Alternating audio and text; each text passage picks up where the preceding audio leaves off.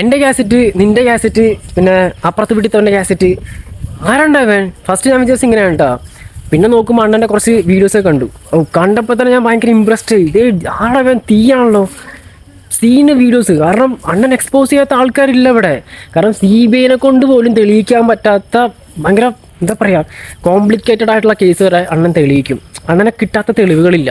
അണ്ണൻ ചുരുക്കത്തിൽ പറഞ്ഞാൽ അണ്ണൻ കോടതിയാണ്. പക്ഷേ ഇൻസ്റ്റയിൽ മാത്രം ഒതുങ്ങുന്ന കോടതിയാണ്. കുറ്റം പറയരുതല്ലോ, കുറേ എണ്ണത്തിനെ അണ്ണൻ എക്സ്പോസ് ചെയ്തിട്ടുണ്ട്, സമ്മതിച്ചു, നല്ല കാര്യം തന്നെ. അതായത് ഇങ്ങനെ തെളിയാണ്ട് കിടക്കണം, അല്ലെങ്കിൽ ഭയങ്കര എന്താ പറയുക കോംപ്ലിക്കേറ്റഡ് ആയിട്ടുള്ള കേസുകളൊക്കെ അണ്ണൻ പുറത്തു കൊണ്ടുവന്നിട്ടുണ്ട്. കുറേ നല്ലവനായ ഉണ്ണി ചമഞ്ഞ ആൾക്കാരെയൊക്കെ അണ്ണൻ എക്സ്പോസ് ചെയ്ത് വിട്ടിട്ടുണ്ട്, നല്ല കാര്യം തന്നെ, സമ്മതിച്ചു. പക്ഷേ അണ്ണൻ കുടുങ്ങിയല്ലോ മക്കളെ. അതായത് ഈ ഡ്രഗ് കേസിനൊക്കെ ഡ്രഗ് ഉപയോഗിക്കരുത് മക്കളെ എന്ന് പറഞ്ഞിട്ട് പറഞ്ഞവൻ കുടുങ്ങി. അതാണ് ഞാൻ പറയാൻ വന്നത്. അതായത് കുറച്ചും കൂടി സിമ്പിളായിട്ട് പറയണമെന്നുണ്ടെങ്കിൽ സണ്ണി ലിയോൺ വെടിയാണെന്ന് മിയ ഖലീഫ പറഞ്ഞ പോലെയായി. കാരണം സെയിം ഡ്രഗ് കേസിന് തന്നെ അണ്ണനെ തൂക്കിയിരിക്കുകയാണ്. എല്ലാവരും അറിഞ്ഞു കാണും. ഒന്നും ഉപയോഗിക്കരുത് മക്കളെ എന്ന് പറഞ്ഞ് ലൈവ് ഇട്ട ശേഷം അണ്ണൻ ക്ഷീണിച്ചു. ഇപ്പം ക്ഷീണം മാറ്റാൻ വേണ്ടി അണ്ണനൊന്നും പോകാൻ വേണ്ടി പോയതാണ്. പാവം ആ ലൈവ് ഓഫാക്കാൻ വേണ്ടി മറന്നുപോയി. എന്താ അല്ലേ, കൈതട്ടിയതാണെങ്കിലും ഇപ്പം അണ്ണൻ എയറിലാണ്, പറഞ്ഞിട്ട് കാര്യമില്ല. ലഹരി വിമുക്ത കേരളമായിരുന്നു അണ്ണൻ കണ്ട സ്വപ്നം. പക്ഷേ അണ്ണൻ തന്നെ ലഹരി കേസിനിപ്പോൾ എയറിലായിരിക്കുകയാണ്. സോ അണ്ണനെ നല്ല രീതിക്ക് എക്സ്പോസ് ചെയ്തത് നമ്മുടെ സീക്രട്ട് ഏജൻറ്റിൻ്റെ വീഡിയോസൊക്കെയാണ്. ആളെക്കുറിച്ച് പറയുന്നതാണ് ഏറ്റവും കോമഡി. കാരണം സീക്രട്ട് ഏജൻറ്റ് അണ്ണൻ കുറേ കാലമായിട്ട് വലിയ നല്ല രീതിക്കുള്ള കണ്ടൻറ്റ് ഒന്നും കിട്ടാതെ തട്ടിയും മുട്ടിയും പോണ ഒരു സിറ്റുവേഷനിലായിരുന്നു. അപ്പോഴായിരുന്നു നമ്മുടെ തൊപ്പിയും പിള്ളേരിൻ്റെയും എൻട്രി.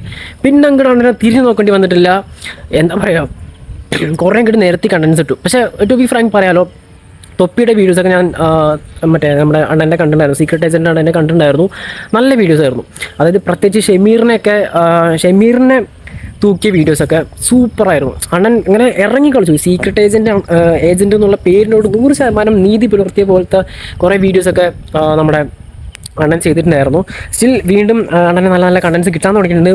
റീസെൻ്റ്ലി നമ്മുടെ പെപ്പെ, പിന്നെ ഹനാൻ ഷാ, എൻ്റെ കാസറ്റ്, നിൻ്റെ കാസറ്റ്, മറ്റവൻ്റെ കാസറ്റ്, ആ സംഭവത്തിൽ ഒരു സാധനം കിട്ടിയിട്ടുണ്ട്. അതിലാണ് ഏറ്റവും കൂടുതൽ അണ്ണൻ പുറത്ത് വന്നിട്ടുള്ളത്. ഗൈസ്, ഞാൻ വന്നിട്ടില്ല, വീട്ടിൽ എനിക്ക് വീഡിയോ ചെയ്യാൻ പറ്റില്ല. അപ്പോൾ അതുകൊണ്ട് ഞാൻ പുറത്തിറങ്ങിയത്. ഇവിടെ ഭയങ്കര സീനിങ് അടിപൊളി പ്ലേസാണ്. അപ്പോൾ അതുകൊണ്ടാണ് ഞാൻ ഇങ്ങോട്ട് ഇറങ്ങിയത്. ഞാൻ കാണിച്ചു തരട്ടെ. നല്ല പ്രകൃതി രമണീയമായിട്ടുള്ള സ്ഥലമാണ്. ഇവിടെ നിന്ന് വീഡിയോ ചെയ്യുന്ന സുഖം വേറെ എവിടെയും കിട്ടില്ല. അപ്പോൾ ഈ പ്രകൃതിയുമായിട്ട് ഇടപഴകി ചേർന്ന് വീഡിയോ ചെയ്യാമെന്ന് വിചാരിച്ചു. So back to the point. So ഞാൻ പറഞ്ഞു വന്നത്, ലഹരി ഉപയോഗിക്കരുത് മച്ചാനെ പറഞ്ഞിട്ട് വീഡിയോ ചെയ്തവൻ ലഹരിക്ക് തൂക്കിയിരിക്കുകയാണ്. അതേപോലെ തന്നെ എനിക്കുള്ള മറ്റൊരു ഡൗട്ടാണ്, ഈ റിപ്പോർട്ടർ ചാനലുകൾക്ക് എന്താണ് ഇത്രയും പ്രശ്നം മറ്റുള്ളവരെടുത്ത്? അതായത് അതിപ്പോൾ റിപ്പോർട്ടർ ചാനലിനാണോ വൈരാഗ്യം, അതോ റിപ്പോർട്ടർ ചാനലിനോടാണോ വൈരാഗ്യം എന്ന് സത്യം പറഞ്ഞാൽ മനസ്സിലാണ്. കാരണം ഇലക്ഷൻ സമയത്താണെന്നുണ്ടെങ്കിൽ Akhil Marar versus reporter channel മൊട്ട എന്നായിരുന്നു പരിപാടി. ഇപ്പോൾ വരികയാണെന്നുണ്ടെങ്കിൽ നമ്മുടെ എൻ്റെ കാസറ്റ് ഇക്കയും നമ്മുടെ മൊട്ടയും ഇവർ തമ്മിലാണ് പട്ടി. കാരണം എന്താ പറയുക, എൻ്റെ കാസറ്റ് UAE വെച്ചിട്ട് പോലീസ് പിടിയില്ല എന്ന് പറഞ്ഞിട്ട് റിപ്പോർട്ടർ ചാനലിൽ ഒരു സാധനം കൊടുത്തു, ഒരു ന്യൂസ് റിപ്പോർട്ട് ചെയ്തിട്ടുണ്ടായിരുന്നു. ബട്ട് അത് കംപ്ലീറ്റ്ലി ഫേക്കാണെന്ന് തെളിയിച്ചുകൊണ്ട് എൻ്റെ കാസറ്റ് അണ്ണൻ റീസെൻ്റ്ലി ഒരു വീഡിയോ ഇട്ടുണ്ടായിരുന്നു. എനിക്ക് ഒരു ഉറപ്പില്ല, ഞാനിവിടെ ജാളിയായിട്ട് ഇരിക്കുന്നുണ്ടെന്ന് പറഞ്ഞിട്ട് അണ്ണൻ സുഖമായിട്ട് വീഡിയോ ഇട്ടു. സോ അതിൻ്റെ പേരിൽ എന്താ പറയുക, അണ്ണന് റിപ്പോർട്ടർ ചാനലിൽ മൊട്ടയ്ക്ക് കാസറ്റ് ഒരു കൊട്ട് കൊടുത്തിട്ടുണ്ടായിരുന്നു. അതേപോലെ എന്താണ് നമ്മുടെ മൊട്ട അണ്ണൻ നമ്മുടെ എൻ്റെ കാസറ്റിട്ട് ഒരു കൊട്ട് കൊടുത്തിട്ടുണ്ടായിരുന്നു. അവരുടെ പാടെ അത് ഏത് യൂണിവേഴ്സ്. പക്ഷേ എന്താണെന്ന് വെച്ച് കഴിഞ്ഞാൽ സിമിലാരിറ്റി എന്ന് വെച്ച് കഴിഞ്ഞാൽ എല്ലാ വള്ളിയിലും നമ്മുടെ മൊട്ടയുണ്ട്, റിപ്പോർട്ടറിൽ മൊട്ടയുണ്ടെന്നുള്ളതാണ്. എന്തായാലും അപ്പോൾ നമ്മുടെ ചുറ്റിലും ഒരുപാട് ഇൻഫ്ലുവൻസേഴ്സ് ഉണ്ട്. അതിൽ ആരുടെയൊക്കെ വീഡിയോസ് കണ്ട് നമ്മൾ ഇൻഫ്ലുവൻസ് ആവണമെന്ന് നമ്മൾ സ്വയം തീരുമാനിക്കണം. കാരണം ഒരുപാട് നല്ല പിള്ള ചമയുന്ന ആൾക്കാർ ഭയങ്കര ഉടായ്പാണ്. പിന്നെ ഒരുപാട് അങ്ങോട്ട് കയറി നിൽക്കുന്നവരും ഉടായ്പാണ്. ആരെയും വിശ്വസിക്കാനൊന്നും പോകണ്ട അധികം. ഇപ്പോൾ തന്നെ കണ്ടില്ലേ, ഇത്രയും ഡ്രഗ് കേസും മറ്റേ കേസും മറിച്ചത് കേസൊക്കെ എന്താ പറയുക, അങ്ങനെ ഒന്നും നോക്കാണ്ട് എക്സ്പോസ് ചെയ്ത നമ്മുടെ എൻ്റെ കാസ്റ്റ് എന്ന് പറഞ്ഞ ചാനൽ തന്നെ ഇപ്പോൾ അത്യാവശ്യം നല്ല രീതിക്ക് എക്സ്പോസ് ആയിട്ടുണ്ട്. അതും ഡ്രഗ് കേസിനാണ് എക്സ്പോസ് ആയിരിക്കണം, കൂടിയ ഇനം അടിച്ചിട്ടാണ് എക്സ്പോസ് ആയിരിക്കണം. സോ ഞാനും പണ്ട് ഇയാളെയൊക്കെ ഫോളോ ചെയ്തിട്ടുണ്ടായിരുന്നു, വീഡിയോസൊക്കെ കാണുന്നുണ്ടായിരുന്നു.